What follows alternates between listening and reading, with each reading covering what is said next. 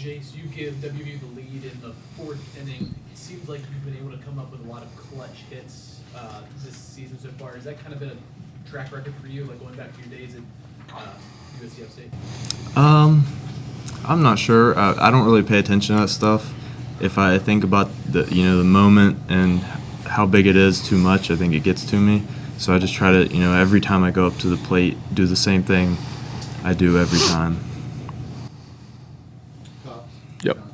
There was a lot of chirping coming from the Arizona dugout today, more than we normally have these games. And then we had the incident at home plate after the homer. What was the team's overall reaction to that? It's just more of staying our dugout. We like to keep outside forces outside of our dugout and try and let them kind of implode on each other.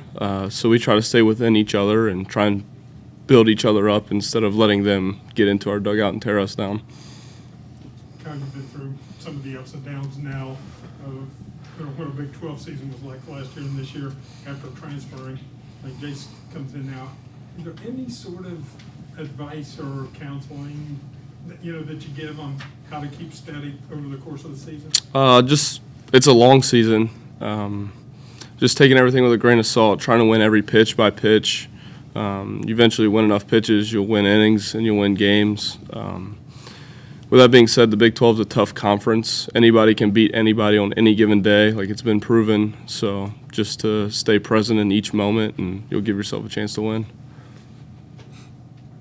What was your guys' reaction when you saw Sam go out? Sucks. He's a huge part of our locker room and our morale. Obviously, he plays a massive role at second base, hitting third every day.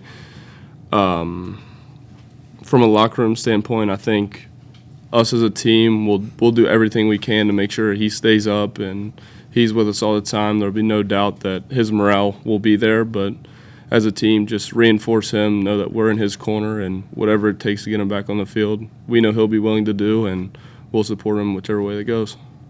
I know maybe a small, not consolation, but a small thing that you've been through this last year with JJ being out extended time, with Logan being out an extended time. Are there any specific things you do to try to do what you were talking about? In ways, yes. I think that with last year, with JJ out and Sam carries himself the same way as JJ, they have very steady head, clear eyes. They know what they want to do, and every time they step foot in the locker room, they mean business, and I think that carries over into the training room as well. So I think no matter what they throw at JJ, Logan, Sam White, no matter what gets thrown at their way, I think they'll attack it the right way. Hey, Jace, you've had now 4 games in the Big 12. Biggest difference in your mind that you've seen in conference from when you came to here, and biggest adjustments that you've obviously successfully made? I think personally, I faced this competition.